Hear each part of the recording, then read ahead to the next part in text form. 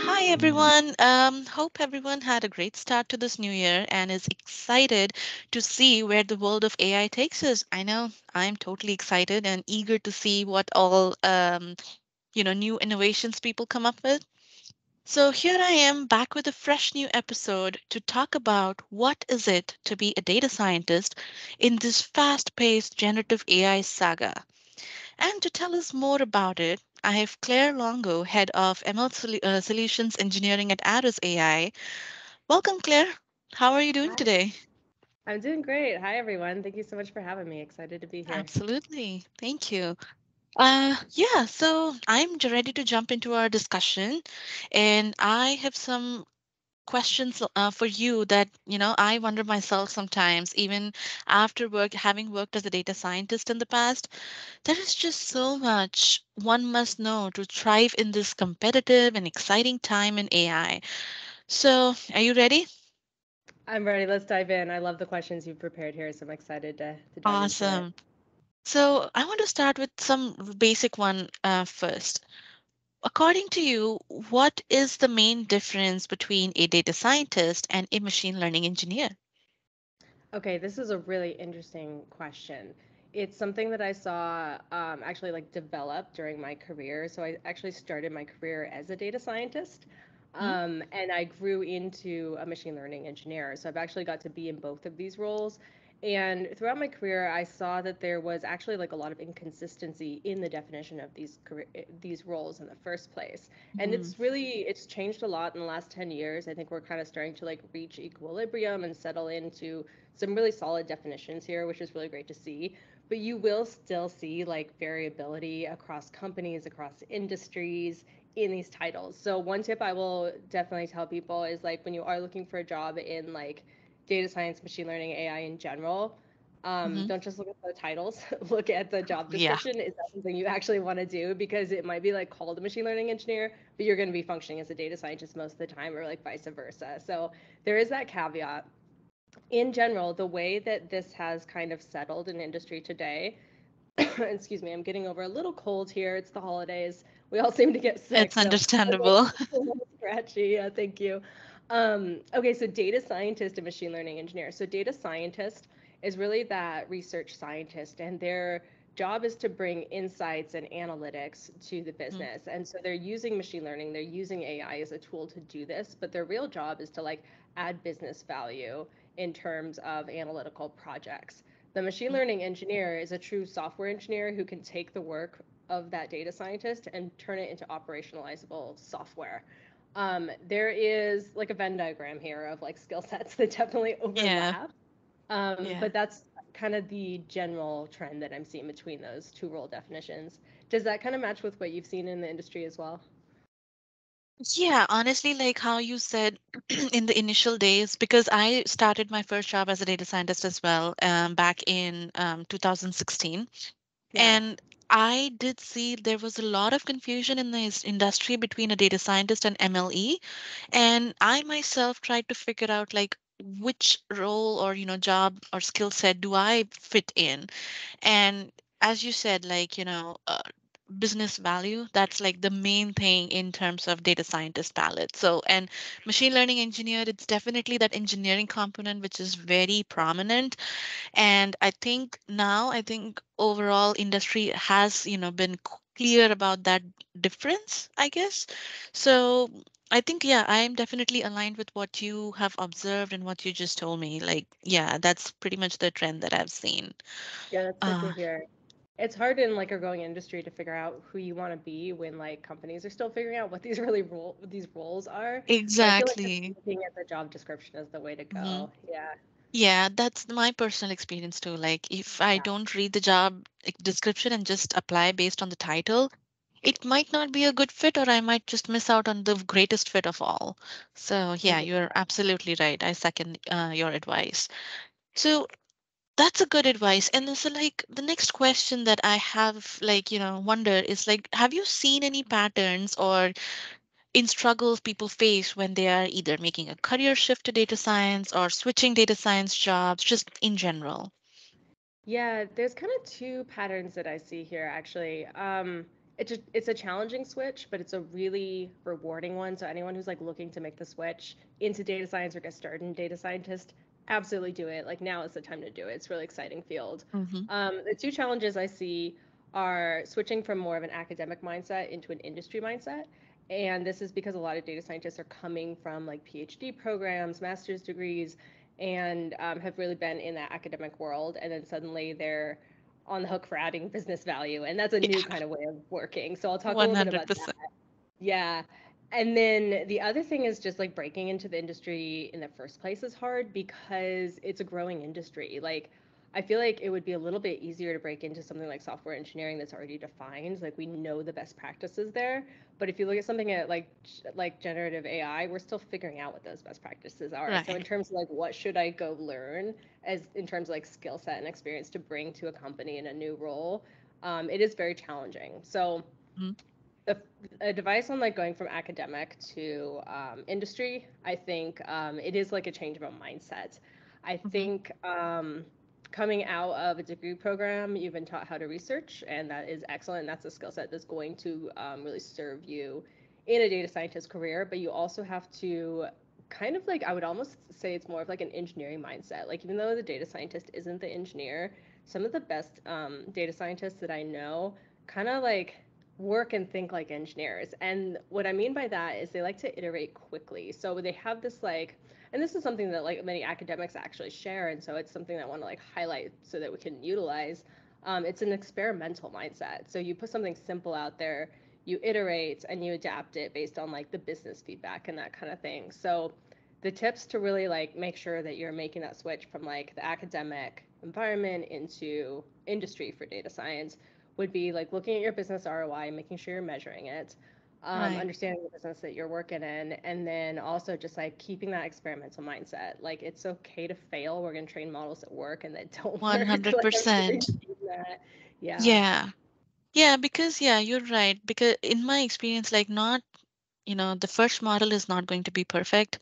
And for me personally, like to understand what I'm trying to build is like the answer to the why. Like, why am I building this model? Like, what's the business value that it will add, or like, just like the goal of whatever problem that you're solving. But that going from academia to industry, oh, that hit home. 100%. Okay. That was Yeah. my challenge too. In Yeah, the I mean, I've been yeah, through it too because you come out of yeah, school and like you've been taught how to experiment, how to learn, how to research, exactly. and it's actually going to serve you to like keep that mindset, like the learning mindset. And that kind of gets Mhm. into my other tip of you've now entered, we're both in this field that is like literally growing kind of as we speak. Like I'm sure there's a new Right. paper published by the time Oh we're off yeah. this meeting. Yeah, so it's like just having the tool sets to understand the research as it's coming out. I think like understanding how to read those mathematical equations and the papers and that kind of Mhm. stuff will help us like stay on top of things. And we're gonna have keep that like continuous learning mindset and like don't feel bad if you don't know everything in data science because it's still being Yeah. invented. Yeah. Exactly. And it's really hard to know everything. Like one person couldn't possibly know everything. Yeah. Um, but yeah, I like how you said like keeping that learning and growth mindset really helps over the time. Yeah. Awesome. So my next question is something that we touched a little bit in the beginning itself about the job market and how the shift is. But getting into more detail around that is like, have you seen a shift in the job description or like what companies are now expecting data scientists to know? And if yes, like what are those pointers that you have seen? Yeah, so number one is generative AI. I think as Mm-hmm. data scientists, we do want to stay on top of kind of the latest and greatest in terms of LLMs, these kind of like AI image generation models as well. And that's hard because there's like new tools and like new papers coming out like all the time. But I think we want to keep tinkering in that area and continue to learn. Um, I would hate to just stop with like tabular machine learning because I do think there's a lot of tabular machine learning use cases that are going to be switched to generative AI. So Mm-hmm. staying on top of that, I think, is really important. And yeah, I mean, the job market is shifting. I see changes in like roles and titles, but I don't see it becoming really prevalent yet. Like there's things Yeah. like the prompt engineer, there's maybe an AI engineer versus an ML engineer, potato, tomato, I guess. But there's a little bit of crossover there. Um, when I actually like work with my customer teams and other data scientists in the industry, I'm not seeing like people hiring a team of prompt engineers yet. And if I do, it's Right. like very rare. So Hmm. I think it'll take time for the actual roles to like really change if they even do. But the kind of skill sets I think are starting to shift, and we do need to kind of stay on top of the generative AI and the latest and greatest in the LLM world. I bet. Yeah, Yeah. yeah. And I'm coming to think of it, by the time industry has like a set standard for like, for example, prompt engineer, maybe by that time that job becomes obsolete or something else comes up. Yeah, we are in a growing field. These are the things we're gonna have to 100%. deal with. Yeah. Yep. Yeah. So, like we are all going through this new wave of generative AI, and as we discussed just now, like there's so much to learn and to keep up with.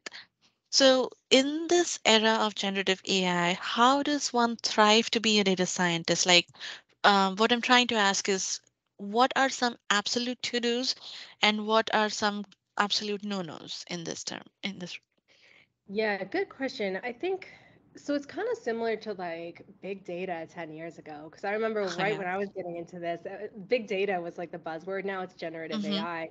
And so companies like large enterprise, small startups, everyone was just trying to get on the data trend. Now we're getting on the generative AI trend.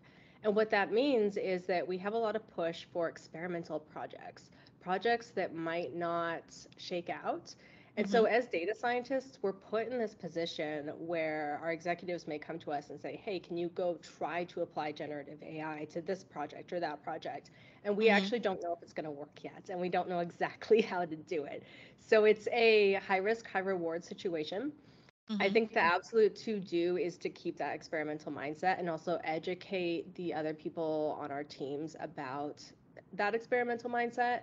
And what I mean by that is like, in like more of the academic world, like it's okay to fail. You run an experiment, you learn that this model doesn't work for that. That's still Right. value, that's still learning. And so keeping that kind of like positivity as we like iterate and like try different models, try different tools. Some of it's going to stick, some of it's not, but there's Mm-hmm. still value to what we did. So I think that there's just keeping that mindset for ourselves and also like educating our team because I think it can be like a little bit stressful when we're given a project and like we didn't get to see the results we wanted Right. right away.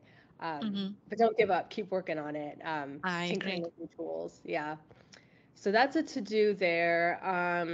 Another thing with generative AI is definitely tinker. Like I use my own personal projects. If I'm passionate about something, if I want to see how something works, I will just do it hands on. For me, it's the best way to learn and like stay Mm-hmm. up to date with the latest tools and technology. And also, you're building something cool, and you might end up like meeting new people, collaborating on stuff, Right. having a valuable project to talk about in an interview. So I definitely recommend just like getting hands on. There's all kinds of like cool coursework to listen to and like podcasts like this, but also like get hands on with the code. I think is really really important too. Nice, nice. And what are something that we maybe, are complete no, like no, you should totally avoid doing that. Big no nos. Good question. In the context of generative AI, um, yeah, I think like one thing that comes to mind here is like using the models without understanding underlying theory of how they work. And that was Mhm. true for tabular machine learning too. It was like kind of Right, right. if you would just like import scikit-learn and like run a linear regression, but like not understand what that's actually doing, it might not be like the right modeling approach for your problem. So one thing I noticed that's really interesting in like the world of generative AI is everyone's talking about like hallucinations, fine-tuning versus Yeah. RAG. And if we don't understand fundamentally how a language model works and how it's like predicting tokens in a sequence and it's probabilistic, it's actually Mm-hmm. pretty hard to like answer the questions of like what is a hallucination? Should I fine tune? Right. Should I not? But having that foundational knowledge, I think will really help people like choose the right approaches from more theoretical basis. That's right. It's always like going back to the basics. That's like the Yeah, key to most new thing to learn about. Yeah, I think I totally so. agree with that. Yeah. It's all built on math and software Oh, engineering, so if we yeah. understand those fundamentals, yeah. Yeah. Fair enough. So, how do you think generative AI can facilitate the everyday life of a data scientist? Yeah, this is interesting. I mean, as data scientists, we're coding a lot. It's tempting to pop that into Chat GPT. I think that is one way that Gen AI will help us. Like we can code more Hmm. efficiently, and that's a really interesting, like, kind of new style of coding. Because what I don't want to see is people who would just ask Chat GPT, like, "Hey, generate this code that does this thing." Copy paste. Don't understand it. Run it. Why does it break? Um, it should be more of a collaboration because ChatGPT might Right. not get it right on the first pass. You actually got Hmm. to understand the code and kind of iterate with the AI, like work with AI as you would just like an advisor or someone like helping you on your code and go Like back a and forth. research assistant, for That's example. the right word. Yeah, I Yeah. think that's a good way to approach it. Yeah, it's kind of Yeah. collaborative. Right, yeah. So that's like I think I've been asked this question somewhere, and I always think so. Personally, I use ChatGPT or Coral or any other chat bots, I guess. So like if I'm asking to write a code, and lately like I've seen there are some more errors in ChatGPT with whatever code it's producing. So what you said that collaborate with it to fully understand, that's definitely the way to go. Yeah. Yeah, that's been my experience. You can even ask it to explain its code. Um, Exactly, yeah. It does a decent job. Yeah. Yeah, it does okay. It does okay. But I've seen it also spit out some code that's not right. And if we Ooh, copy pasted it, it would not scale in production, like nope. stuff like that. So, I yep, bet, yeah. yep. I don't know, and I've actually tried it, ask it to debug it once for me, and it just kept on looping in the errors. Like one error after the other. Like one time it will give me a value error, then it will give me a type error. I'm like, okay, dude, chill. I'll figure it out. That's It's okay. interesting. You got it stuck in an infinite loop. Oh yeah, it's like, okay, why are you giving me like different error at every iteration? Um, Wow. but yeah, no, I think using it as a research assistant is the Uh, best way to go. Yeah. So now I have like a controversial question for you. oh, shoot. I love those ones. Do you think this AI wave will take away data analyst jobs? Ah, data analysts, no. I think it's going to help us be more efficient. I Hmm. think it's going to be a tool that we all need to know how to use and how to integrate into our workflows, but I don't think it's going to replace a data analyst. Yeah. Um, yeah, but I mean, like the interesting thing though is like when you make people more efficient, you might not need as many to do the same job. And so it might kind of reduce some demand. And it's also like requiring us to like really stay up to date with like the very latest tech. Otherwise, we're not going to be like the top hire in Hmm. that stack because we won't be as efficient. So I think there's yeah, I mean, it's a hard question because, like, I don't want to automate jobs with AI, but I do think that with every technology that comes out, the job market changes around it. Like we were talking earlier about like new roles, like a prompt engineer. Like there will be Hmm. new roles, and the roles that we currently have, like the job of a data scientist, is changing. We need a different skill set. We need to kind of have this same foundational knowledge, but now we're using like different tools. And so I think the way to like stay safe in an environment that's changing like this is evolve with it. Right. And Right. I think there's no way around that. I think we just kind of have to evolve with the machines and live in the Yeah, environment. Yeah. that's true. Like we cannot stay stuck in like a 10 or 20-year-old technology when everybody else around us is using the new ones. So yeah, Exactly. evolution is important. Yeah, Awesome. but I don't see it fully automating. Like in a lot of tasks that I see AI becoming involved in, you still need that human in the loop. At least as like a Yes. sanity check or to finally use the output of the model. I don't think that's going anywhere. Yeah, I agree. Human in the loop. That's such a nice way to phrase it. It's totally speaks well to the whole, people being afraid of losing jobs because of AI. Nice. Yeah. The human in the loop Oh, system. You're just working with the AI. Yeah. exactly. Yeah. All right. So I have one last question for you, and I bet that this question is for all those people, are in data science or getting into data science. And I think we might have touched a little bit, but just like, as a conclusion, what is that one advice you will give to any budding or thriving data scientist? Yeah, so the advice I would give to a new data scientist, or someone who's really looking to like level up their career and continue to like thrive in this growing industry, there's actually like so much, but I think the one thing that is going to make you like the standout data scientist, would be to approach your projects with a very strong sense of ownership. And this means like Mm. end-to-end ownership of the project. If you're working with a team on a project, people probably do own other pieces. Like you've probably got a data engineer in the loop and you've got a product manager. But I think that it's still really important that we not just narrowly focus on like what we feel is our piece of the project and look end to end, because our piece is so crucial to the project. And what I Mhm. mean by that is like the data that we choose to put into the model, the format that we choose for the model to predict, how that gets Mhm. integrated into the business and adds like business value. We need to have like a really strong understanding and like strong opinions on all of that. And that's going to guide us in like building the best AI system that we can. Mhm. And so if you're applying like data science at a company, really understanding that what that company does, how they make money, how their customers are getting value from the products that you're producing. I'll even like use the company products myself. It's easy if you're working from like a for like a retail firm or something. You just be the customer for a while, put Right. yourself in the customer's shoes, and really see what it would be like to like consume the output of the model or the project you're working on. And if you have that sense of like end-to-end ownership, all my other tips will kind of like fall into place. Like I think it's really important to like measure your business impact.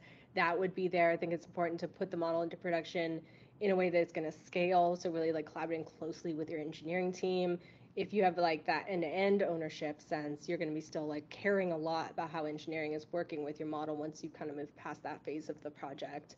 Mhm. So I think that would be the one key is just like really, really care about what you're building. And it brings in that like fairness and bias angle too. Like don't just like take the Right. data given to you, train a model, throw it over the fence. Yeah. Like we got to think really critically about how it's being used, if it's ethical, that kind of thing. So Mhm. yeah, it's kind of a hard job because there's a lot on our shoulders, but it's also really fun. I agree, but it's yeah, it's a lot of fun, even though it is challenging. But yeah, you get to learn a lot. You build something really cool, so I guess it's worth the pain.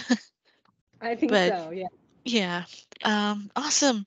Thank you so much. This was, I bet many people will get a lot to learn from all the advice you gave, and especially from your experience. I know I learned quite a big deal out of it. So yeah, it was really great chatting with you, Claire.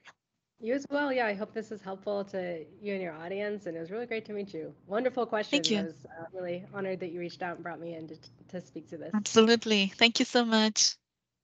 Yeah. Take care.